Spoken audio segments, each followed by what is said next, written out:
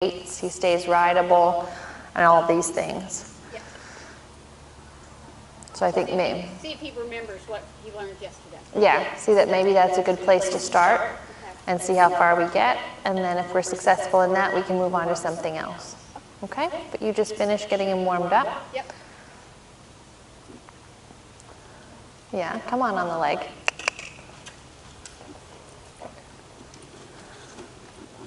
Good.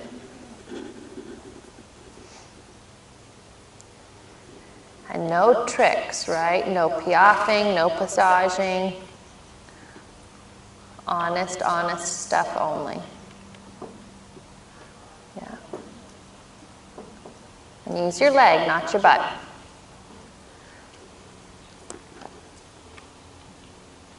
We do not drive with the seat. Good.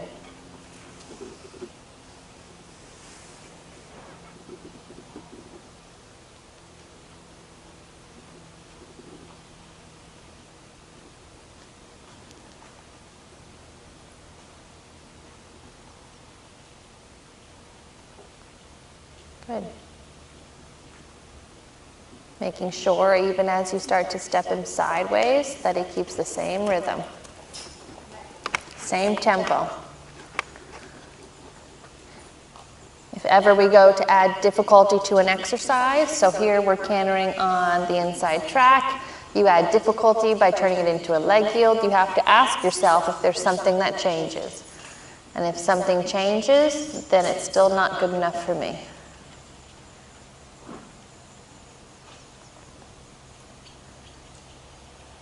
Good. Little flexion to the left, not to the right. Good. Good. Right, and the feeling we should get from the leg yield is that when he's really through on that left side, that you want to pet him on the left rein. When you get that feeling, that's how we know the left leg yield was successful. Good.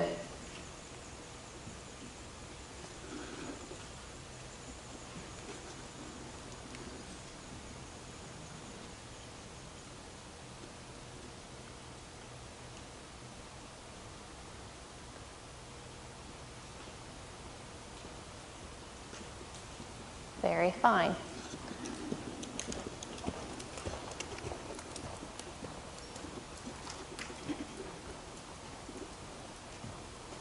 Right, but if it's good a few times, he doesn't have to do the same thing 100 times. Either make it more difficult, bring it from center line over, or change something, right? If it's good enough, we don't have to drill him.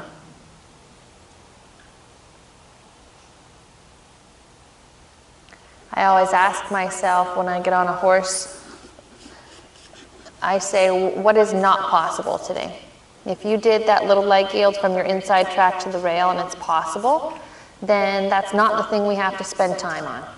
I have to find the place in the work where I start to have a little bit of trouble, where something's either not making sense or the horse needs to get stronger or something. I start to find that problem and then be a little clever in how I spend the rest of the day trying to fix the problem. Good, right leg.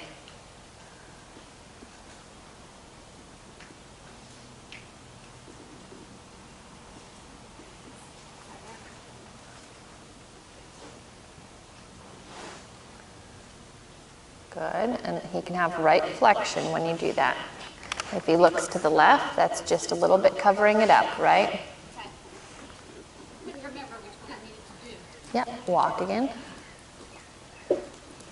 And pick up your left leg. Thinking with him, it's not like a half pass positioning. It's always a leg yield positioning. So half pass would be if you were pushing with your right leg and he would have left bend. Leg yield would be pushing with your right leg and he has a little bit of right flexion.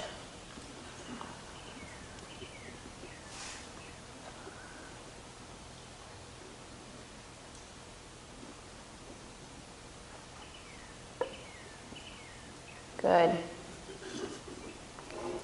Making sure that flexing him a little bit against the lead, so he's on the left lead. Good. Flexing him to the right does not cause any problems.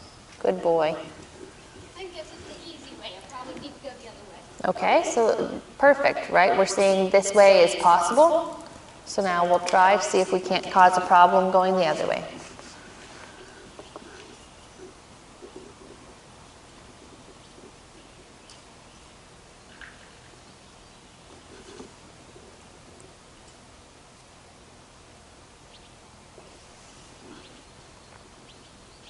And remembering these walk canters are your flying changes, right?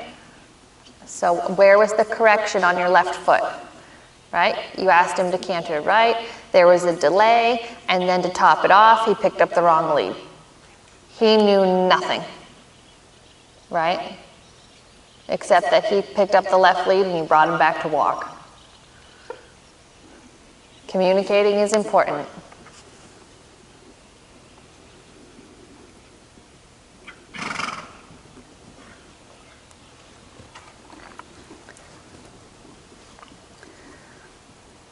Good. And push him off your left leg, left rein. Very good.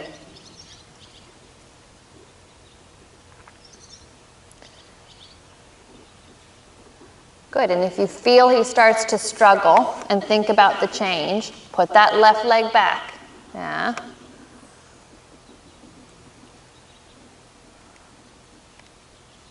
Because I saw him starting to a little bit jump up and down, and I would have just tried to help him for a minute by sliding my left leg back. I'm not opposed at all to helping the horses. I am opposed for entirely doing the job for them. If you feel he struggles, first try to make it easier, make it make more sense.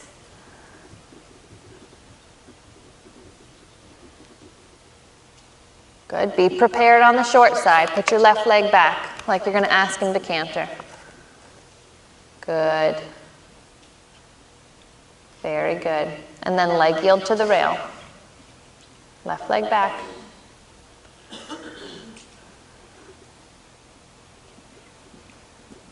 Good. Good. Now walk. And I want you to put him right up on the rail.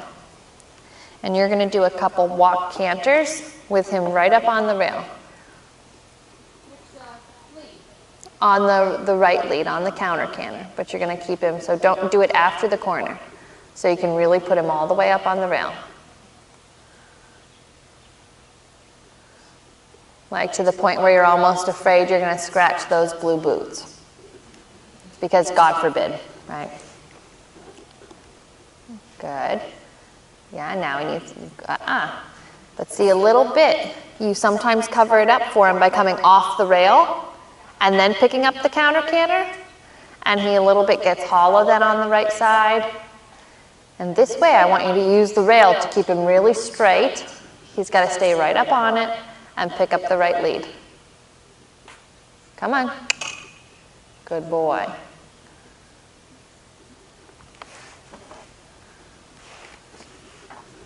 Good, and then down the long side, you play a little that you could flex him to the left if you wanted. Up on the rail. Good boy. Very good. Good, I'd let him have a little trot. Feel that he's where you want him in trot. And then we'll let him walk. And we'll start working maybe directly on the flying changes, huh? That looks already way more relaxed and obedient than it was yesterday. Yeah. Might be a little tired too. That's okay. If it works, we'll take it. But seeing if we can't get a couple nice, relaxed, supple changes out of him. From counter to true or true to canter, or what? Yeah, first we'll set him up that he's on counter canter. We'll do it the easy way. First counter canter to true canter. And we'll just see how it goes.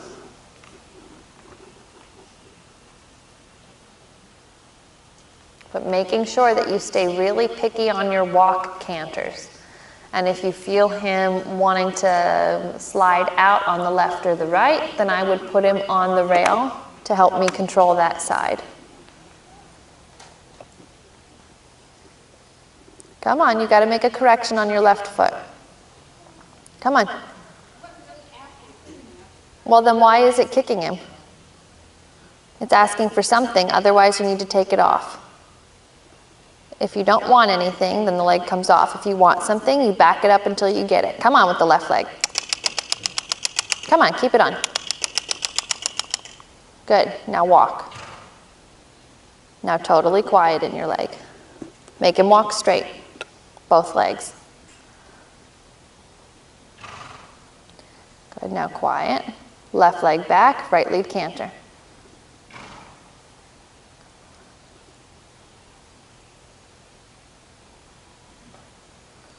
Yep, left leg further back.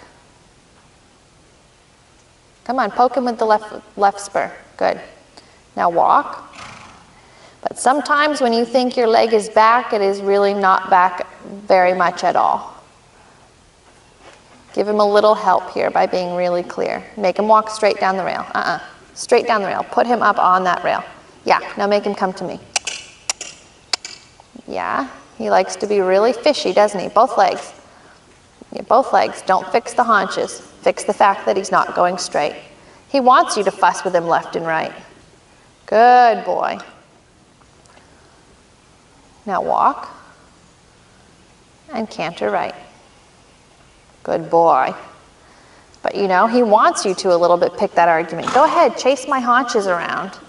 But the fact of the matter is that he's not taking you straight down the rail, you know? And that's a little bit this, when you start to talk about crookedness in the changes, it's the same deal. He wants to go left and right instead of directly to the end of his line. Good. Good, keep your left leg back. Left leg back and ride him forward.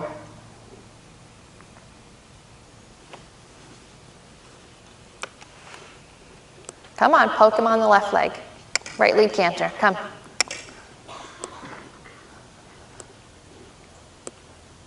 Good, send him a little forward and counter canter on the rail. Medium canter. Good. And then easy, relax, left leg back, left leg back. Left leg back more. Left leg back more. More, more, more, left leg back. More. Touch your saddle pad with your left heel. Okay. Good job. Very good. On.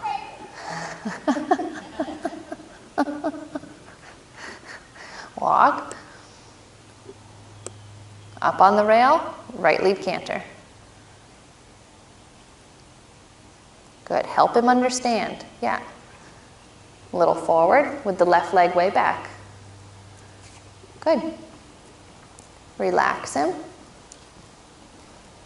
Good. Support him with that left leg around the short side. And then the next long side, we try a little change. Left leg back more. Good. And when you ask for the change, you pop that left leg forward. Right leg, right rein, left leg forward. Fine, fine, fine, fine. You a little bit have to stay on your butt, and you need to hold a little bit more on the right snaffle. Walk. Pick up the right lead. Good. Go with him. Come on. Good. Good job. And when you feel that moment, make him take you forward. Hold the right fist, right leg. Fine. Super. Let's have a change of direction. Stay left lead.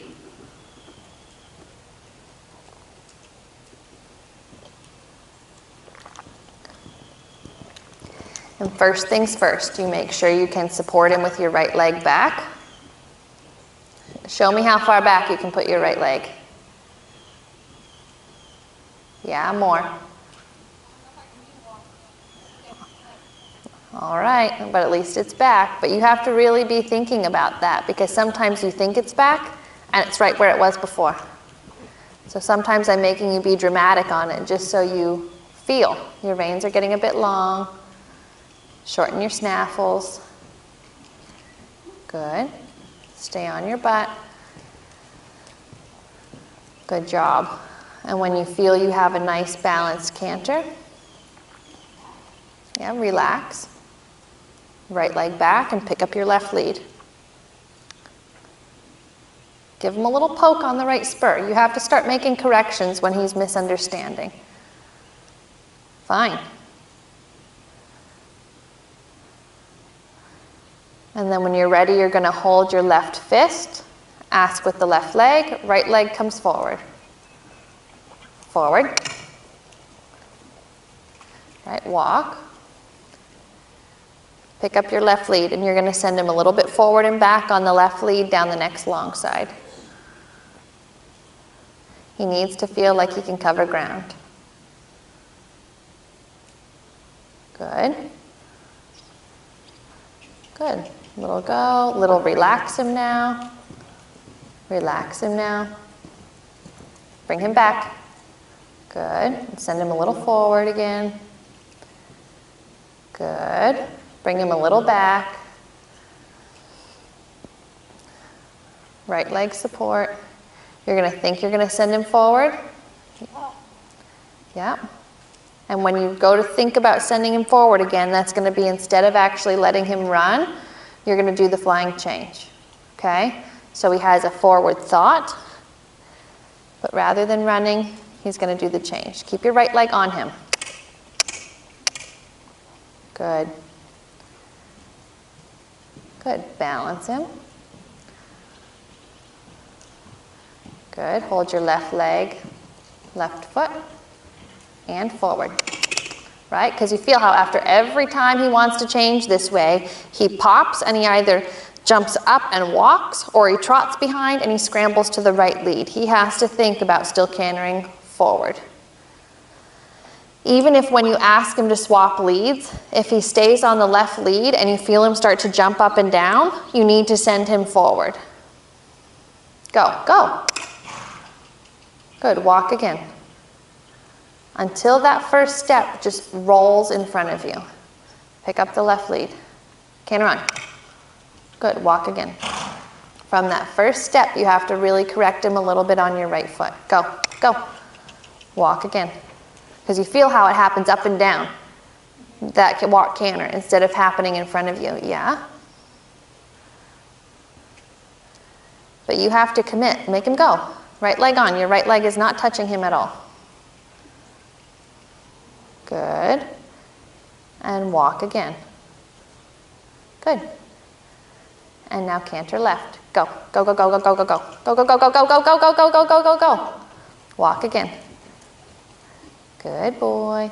And canter left. Medium. Go. Go, go, go, go, go, go. Doesn't matter that he picked up the wrong lead. Good walk. Right leg back. And go. Go. Yes. You feel? He has to have a forward thought, not just a jumping thought. Walk again. Medium canter left lead. Go. Go. Go. Good. Walk again. Right leg back when you ask for left lead canter. Good. Go. Go, go, go, go, go. Don't hold him back. Make him take that forward thought. And left lead, go. Good boy. Walk again. And go left lead. Walk. Good, go left lead. Yeah, it's okay. Get organized. But you can feel, and that leaping is the same thing he does when you try to ask him to change. He gets stuck on the spot and he props up behind and he just jumps up and down instead of taking the new lead forward. Good, make him go. Walk again. And when you ask him to canter this time, your right leg needs to be a little bit prepared to give him a bump. Good, go, go, go. Good, walk. Right leg back and spur, come. Walk, put him up on the rail. Good, go. Go, go, go, go. I know, even when he starts doing like that weird passage thing, I want you to make sure that you send him forward in that moment, because he's using it to distract you and he's not covering any ground. Good. Walk. Right leg back and think medium. Go, go, go. Yeah, as long as there's that stall in his gears when you're shifting, the change is going to stay a little bit of a problem. Good boy, walk. Right leg back. Send him on, send him on, send him on. Good, walk. Send him on, canter now, canter now, canter now. Yeah, he just gets all bottled up. Trot, not to trot, trot, trot, trot, trot, trot. Canter left now. Trot, trot, trot, trot, trot, trot, trot, trot, trot, trot, trot, trot. Go, go, go. Canter left. Change direction. When in trot. He has to stay in front of you. Good, right leg back, canter left now. Good, trot again. Trot, come. You feel him drop out from under you? Canter left. Good. Trot and change direction. Good. And now pick up your canter left. Good. Trot. Change direction. Canter left. Turn left. I did, but see how he's then not picking up the left lead. Come on, you got to get creative here. Send him on, send him on, send him on. Go, go, go, go, go, go. Good, now trot, forward trot. Now canter left. Good.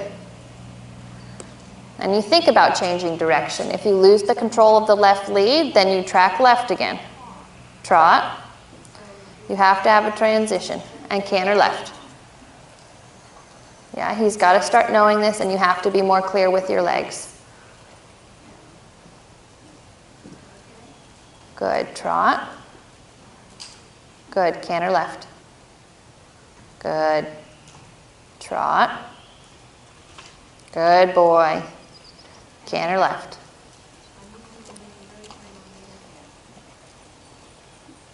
When he picks up the wrong lead, you need to make a correction on your right foot.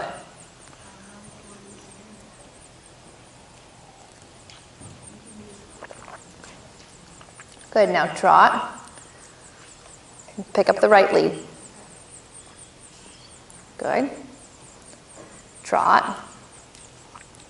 Trot, trot, trot, trot, trot. Good. Pick up the left lead. Good. Good. Change direction. And trot. And pick up your left lead. Right leg way back. Right leg way back. Right leg back. Yeah, I'd give him a poke with the spur. Trot forward. Good, and pick up your outside lead, counter canter. Walk. Change direction.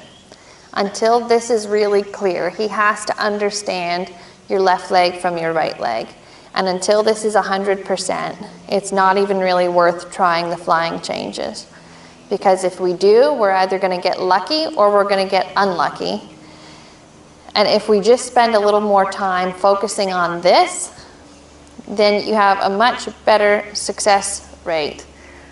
And I really, really think that it's important for him and for you, because he has these weird collected type thingies that he does, where he gets totally behind you. This is not a horse that I would really work the canter walk canters. I would make him do it trot, canter, trot. That he stays always thinking in front of you. Because when you start bringing him to the walk and to the canter, he gets that leap, weird, not in front of you bounce thing.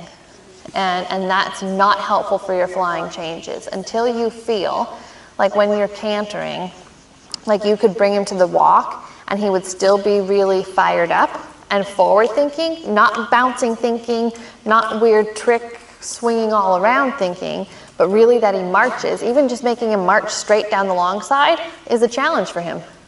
And until you really feel you can control that walk, that he's marching, then maybe I would start playing again with the canter walks. But right now, the way he goes to walk from canter is not productive for picking the canter up again. Does that make sense? It's like he's cantering, he has all this energy, And when you bring him back to walk, all the energy goes away. He stops taking you anywhere. And then for you to get to trot or to get back to canter, he starts getting all crooked and doing a weird passage piaffe thing, but he's taking you everywhere except for straight. And really making sure that he understands the difference and that you be very, very clear with your legs. This is left lead, this is right lead. That has to be, like he has to ace that test. Then we can play with some more changes, but you know what I mean? That cannot be a question of, if I put my left leg here, is he gonna pick up the right lead or the left lead? It can't even be a question. Because otherwise, what we ask for in the flying change, again, becomes a big question mark, right? We have to build that foundation a little bit. I think maybe you let him catch his breath, and then we'll pick him up and we can maybe look at some lateral work, right? Making sure that he thinks about taking you straight whenever you start to position him shoulder in or haunches in or whatever. You want to do that in trot? Yeah. Okay. Yeah, but you let him walk and catch his breath a minute.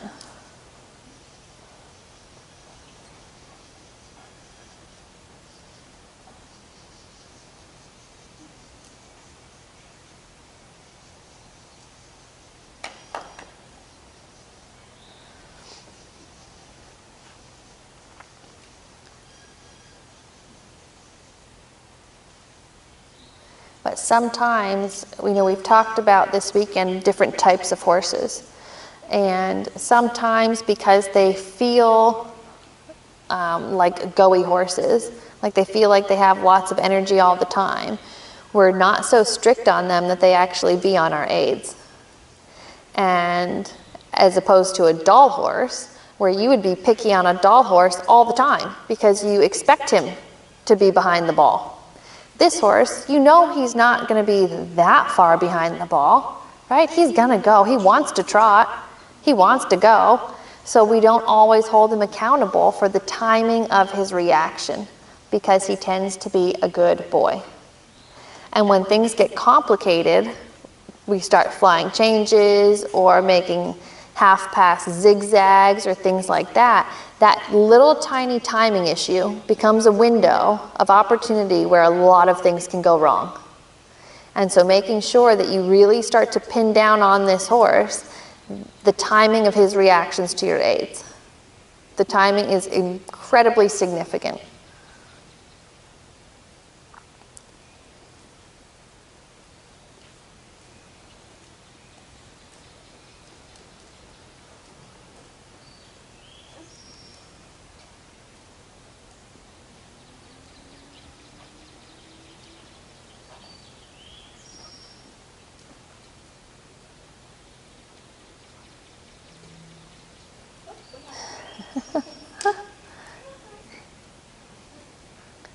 Just a little in trot, buddy.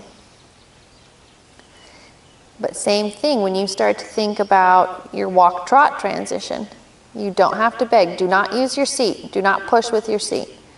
If he's not covering ground, we use our legs. If he's not sharp enough on your leg, you make a correction. But the seat is only to follow. The seat is not to push. And asking yourself every time, is every transition perfect? Did he go from the right walk exactly into the perfect trot that I wanted? Yeah, so it just becomes that you have to become a little more of a perfectionist. Saying, yeah, okay, we're in trot, but was that transition the perfect one?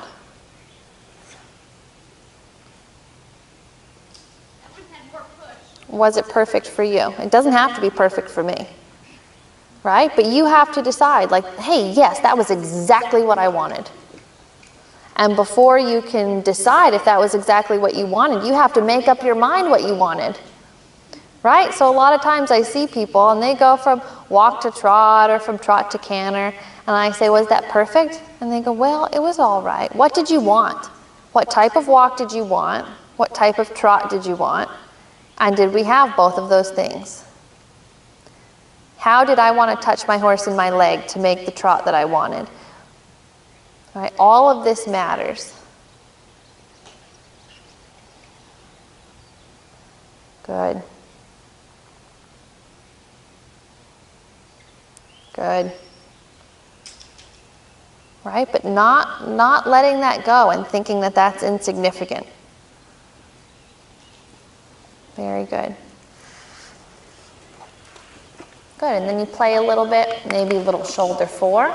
And I would be careful on this horse that you make him keep his neck straight.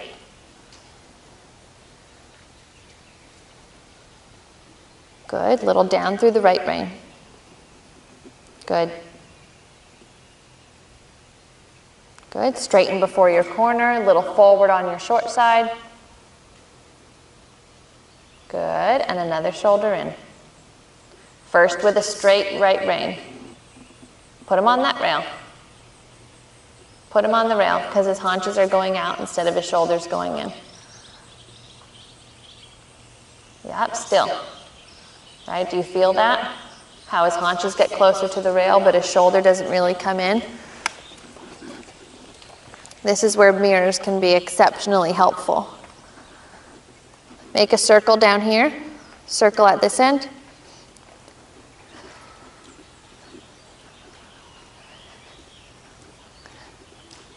Good, and you're going to put him right up on the rail.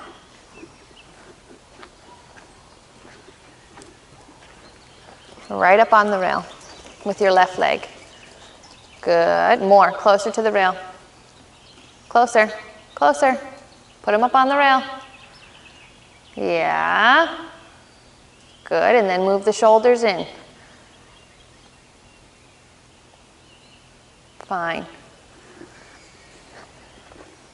Shorten your snaffle reins if you find yourself moving your hands too much to figure out what you want to feel.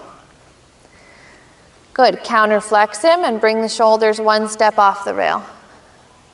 Yes. Good, like you're going to turn left. Yes, now let him go straight. But you feel how when you really make him straight on that right shoulder, how he struggles to go forward? Yes. Right? He doesn't want to cover as much ground. Yeah, exactly. But that's how a little bit you know we've complicated his life. Good, and when he's like that, then you feel you're going to take a turn to the left. Yes. Again, turn to the left with counterflexion. Yep, you're going to flex him to the right, and you're going to act like you're going to turn him left. Yeah, now pretend you're going to make a circle left. Yes. Very good. Now let him go straight and forward. Then we make his life hard, right? Yeah? Good. Straight down the long side and try a little haunches in.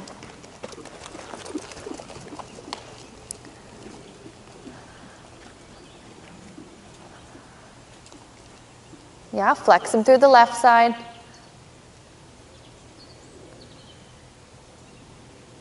Fine. Straighten him and let him have a little forward trot. This time, the next long side, you come a little bit inside track, leg yield off your left leg, and then put the haunches in. Yeah, make him hollow on this side. Yes, and now haunches, yeah, shoulders to the rail, leg yield again off the left leg. Push the belly back to the rail.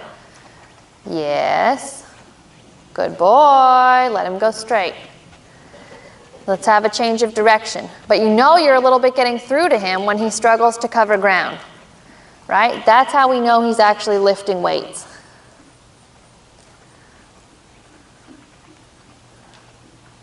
Good, we start a little bit with the shoulder in. Feeling first like you could counterflex him on that left rein. And when that left shoulder feels very straight, then you pretend like you might make a right circle.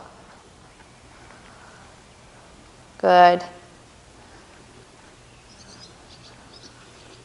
We have that control, and then we act like we're going to turn to the right. Yes, then let the neck be straight then. Yes, again, control that left shoulder. Good, and then straight.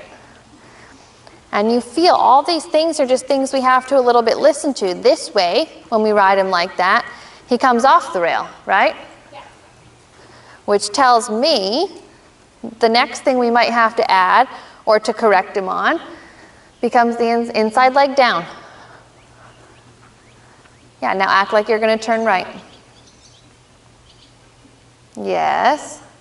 But then when he goes to fall off the rail, you might need to catch him for a second on your right foot. We control the left shoulder. We turn him to the right. Good job. Oh, now it's hard. Good job. Very good. Let's check your haunches in. And then you take a walk, and then maybe we get to a little half pass. Be careful this way, he doesn't use too much neck. Good, sit down on your right seat bone. Good, more haunches. Good boy. Let him go straight, and you guys have a little walk.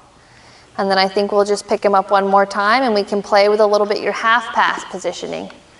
Just feeling like you're able to control every step, that he doesn't start just darting left and right.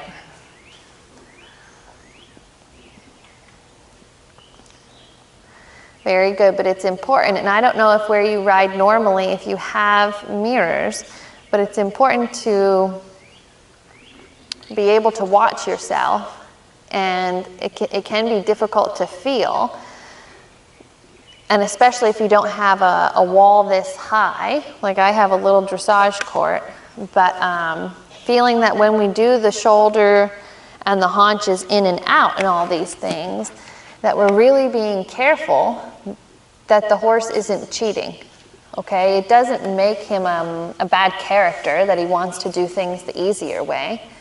It makes them smart, right? You're foolish to choose to do things the hard way. So it's our job to convince him to do it the hard way so he gets stronger, but understanding that his instinct is going to be to find the easier way first. Does that make sense? And so if you can't feel that, it's important that you have somebody's eyes or a mirror that you can look and you can say, when I go to bring the shoulders in, rather than him following my reins, he moves his butt away from my hand. So rather than the shoulders coming in and him having to carry that, I ask him to move the shoulders in, but instead he puts his haunches out so he carries nothing. Right? It's clever. It still looks like 3 tracks. 3 tracks means squat to me. Okay? And the reason is because everyone gets fixated on that because that's how they describe it in the test. Right? Shoulder in, the shoulders come off the rail, the horse is on 3 tracks if you look at them from the front or the back. But there's no shoulder in the Grand Prix test. Right? So what is the point? Why would we spend our time moving up the levels, practicing shoulder ins, if they don't even use it at the highest level of the sport? What is the point? The point is that you have to be able to move just the shoulders whenever you want to. The point is not that the horse goes on 3 tracks. The point is that if you say, I need to move the shoulders to the right, you can move the shoulders to the right and not the haunches. You can move the shoulders to the left and not the haunches. You can move the haunches to the right and the shoulders stay where they were. That things start to become independent. And if you go to move the shoulders and really he cheats you by scooting the haunches, he's just talked you into, letting him do the job easier. But let's say when we go to start the pirouettes and you go to start turning him in a right pirouette, he's going to try to throw his haunches out. So it feels like his shoulders went to the right, but it's only because the haunches actually went left. Right? So that's what we have to say to ourselves is, how does everything I'm doing today relate to what happens in a Grand Prix test? Right? There's no leg yield in the Grand Prix. Why do we do it? Right? There's a point for everything.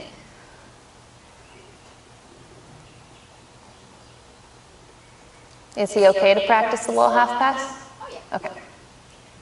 Oh, yeah. For the people that weren't here yesterday, can you tell them your idea about the this with inside leg, outside rein? It just depends on the moment. You might be outside, inside, or... Yeah, we talked a little bit yesterday also about this theory of inside leg to outside rein. And everyone thinks that it just magically fixes all your problems, and that if it doesn't fix your problems, it's probably because you did it wrong. When in fact, there's no, for me, sometimes that's the combination that works, but sometimes it's left rein, left leg, or right rein, right leg, or two reins, or sometimes it's just straight up two legs. And you have to decide in that moment which side of the horse, which pieces of the horse you're experiencing the resistance on. So in resistance, I also said yesterday, I think can come in a lot of different forms. We think of resistance as the horse coming above the bit. And the only reason we tend to think of it that way is because it's the ugliest way, right? It's the thing that all dressage riders are terrified of their horses not being round enough. When in reality, resistance can come from when I put my leg on that my horse didn't move away from it. Resistance can come that when I put both legs on, my horse didn't go faster. Resistance can be that I closed both of my hands and my horse didn't stop. Resistance comes in all kinds of ways. And making sure we address where the resistance is coming from and not always trying to solve it with the same combination of tools. Good. After this next corner here at K, you're going to feel a little bit your shoulder 4. And making sure really that you keep him straight through the left. And you're going to find yourself a little diagonal line, like from K to center line. You're going to ride him straight. K to center line. Good. Now ride your haunches in left. Yeah, push the haunches left. Good. And then finish it straight. Very good. Same thing from your next corner at whatever letter that is. You're going to ride from that corner to center line and pick any diagonal you want. You can come all the way up to A, I really don't care. Good, and then haunches into the left. Good boy. And then finish it straight. Super. A little bit again if you feel like he's going to go straight, but I would make it a bit of a longer line. Go K to C. Good. And then you're going to ride your haunches into the right. Flex him right, push his butt right. Very good. Sit on your right seat bone. Very good. And then straight. Where was your line? Right? Yeah, okay. I can't hear her, but I don't really think it's important. Good, now make the haunches in left. Finish your line. Yes, good, and straight. Very well done. You have to get to your destination. You know what I mean? That's the most important thing in our sport. Not how much bend, not how much crossing, but that you get where you're going. Good. Haunches in left. Bend him left. Yeah, and again, where's your line? Do you feel how this way, when you start thinking about moving the haunches, you lose the track that his front legs are on? Think that again. Ride the front legs. Yeah, on your line. Add the haunches. The front legs stay on the line. Yes. Front legs on the line. Right? You feel how when you add the haunches, the front legs almost go to the right of your line. Does that make sense? I have to struggle with that, yeah. Yeah, take your time then. Ride whatever happens in the shoulders, and if you lose your line, let go of the haunches. Your shoulders have to get to where they're going. Point your shoulders on your line. You're not on a diagonal. You're going to where? You are not pointed at C. No, you're not.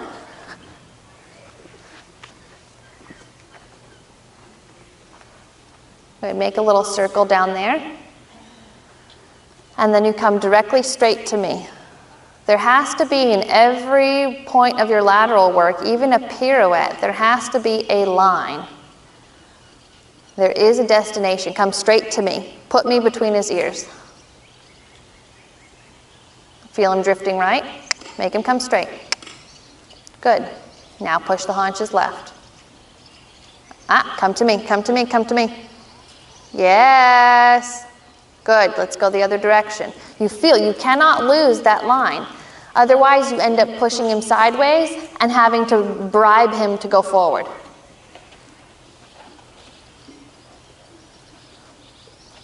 Good. You're going to ride from me to your far corner in a straight diagonal line. And you're going to put that letter between his ears. You see it? Point him at it. Good. Now put the haunches to the right. Keep the shoulders tracking to your letter. Yes. Fine. Take him straight again. Very good. I would let him stretch. But a little bit of that is your navigation, and you get so committed to the idea of the half pass and thinking, oh, maybe I don't have enough bend, maybe I don't have enough haunches, that you lose your commitment to the fact that the horse has to take you from point A to point B. That is, without question, the most important thing in anything we do, right? If I don't feel like in my half pass, my horse could take me from K to B in extended trot, and I'm going to for sure get to B. We see it all the time. People like desperate to get to their letter in the half passes. Like especially the Grand Prix one where it gets really steep. And it's like, how are you not going to make it to B? Can you not ride a diagonal line from here and end up before B? If you can, and your horse is capable and trained and all that, the half pass cannot lose that thought. The shoulders have to get there on their line. If all of a sudden we start letting the line, which from K to B is my left side, if I start letting that line take a little more space forward because I'm trying to push it so far sideways, but he's really not going this way, he's going a little bit like this, but he's not covering any ground, my diagonal actually changes all the way to M. It becomes a whole different angle of half pass, even though there's maybe more leg crossing, there's no motivation to the end. Yeah, that was really helpful, actually. Yeah, you have to stay committed to the line that you're on. And I even say that in a canter pirouette, you are on a line. And you can tell the people who have forgotten about their line, because when it's time to get out of the pirouette, they're not on the same line that they were when they came in, right? You can't commit more to the trick than you do to the line and the quality of the gait that you're in. Does that all make sense? Yep. And he's very good about talking you out of it, Oh, yeah. because he likes to go left and right, right? And if you spend your time a little bit chasing the left and right deal, instead of making him go to the end, you'll play this game for the rest of your life. As opposed to say, don't go left, don't go right, don't go left, don't go right. Then go forward, right? Just go straight ahead. Don't tell him what he can't do. Tell him what he can do, you know? Awesome, thank you. Yeah, it keeps it much more straightforward, literally. Good boy. I think